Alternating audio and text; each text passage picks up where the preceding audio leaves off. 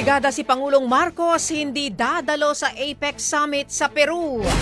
Brigada Maricar Sargan, ibrigada mo. Brigada Live Report. Kinumpirma ni Presidential Communications Office Acting Secretary Cesar Chavez na hindi dadalo si Pangulong Bongbong Marcos sa Asia-Pacific Economic Cooperation Summit na gaganapin sa Lima, Peru ngayong November 10 hanggang 16.